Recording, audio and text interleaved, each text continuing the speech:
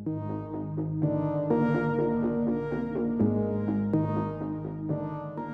there, really people.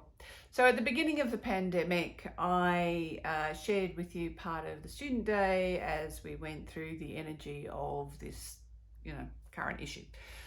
And anyway, obviously we've been dealing with it for a while, and as a consequence, we've learned a little bit more about it.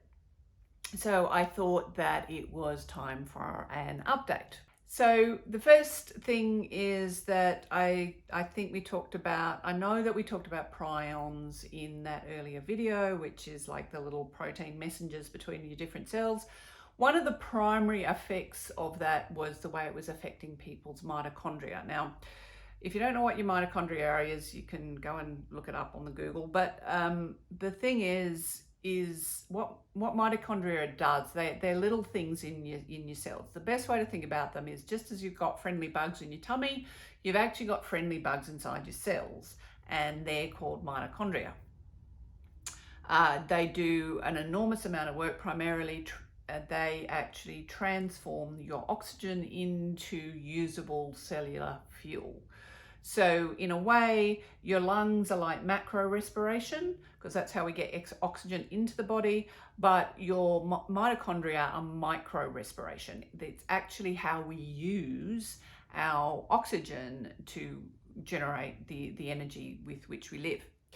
And the fact that this thing is really affecting our mitochondria, that's pretty much been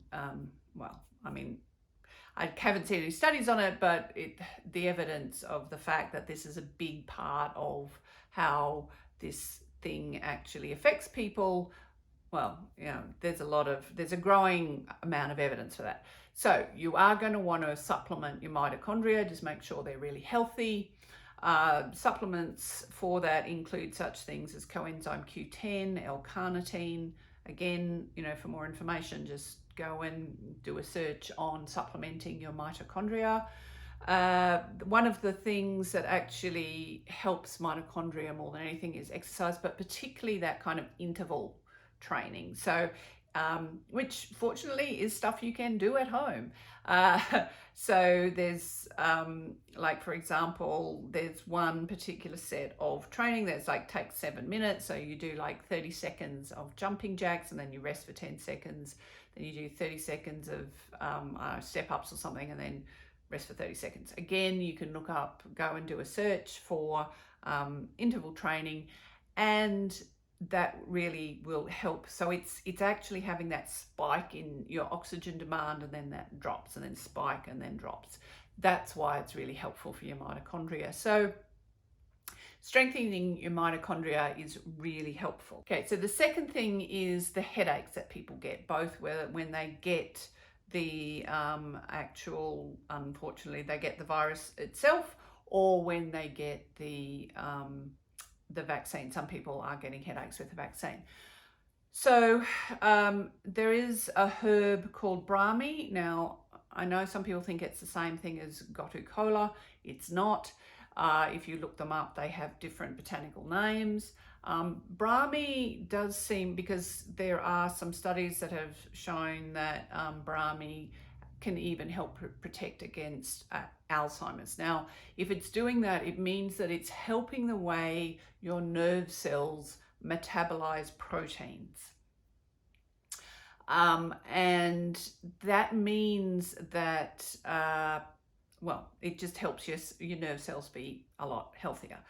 So whether it's because of some of the proteins in the vaccine or the way the virus affects us, the fact is that a lot of the headaches, when my clients have started to take Brahmi, you want to take it in the morning, because it is literally like brain food.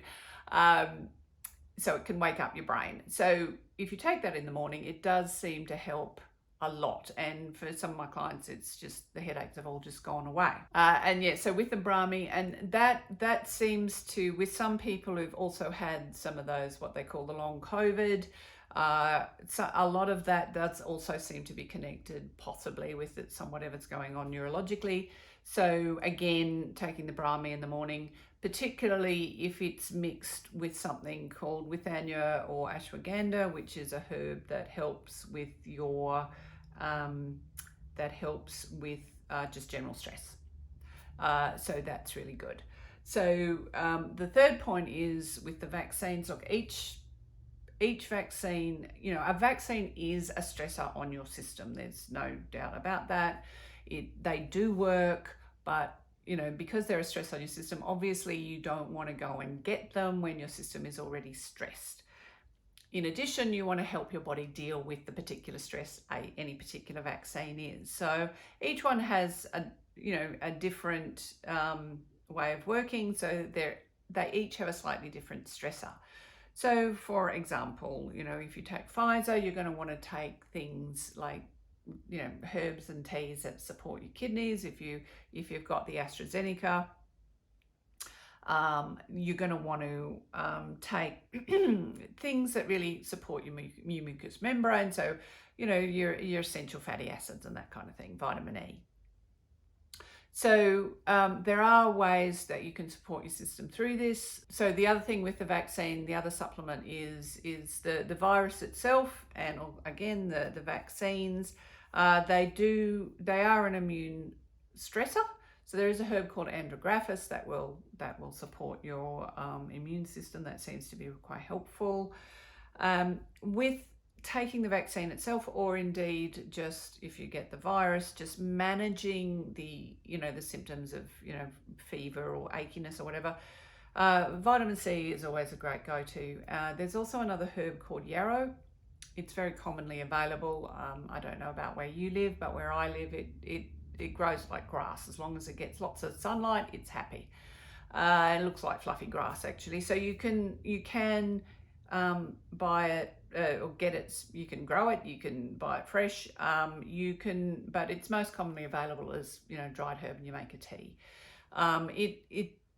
Yarrow is it's kind of like first aid in a pot kind of thing. So it will bring down your fever, and it will bring down the achiness and help you not be quite so leaky, with mucus and stuff. Okay, so that's all that. So that's all what I call negative gain stuff. It's dealing with the problems of it. But there's also this other side, which is the positive gain side of it. Now, I should do another video on the process of transformation. So I will I will do one of those. But this vaccine, just like any stressor, it can potentially be used for positive transformation. I mean, it is one of the marks of consciousness that that's what we can do. So with vaccines, the more that you can understand that in the vaccine, it actually has information in the vaccine for your mitochondria, for your cells, for your immune system.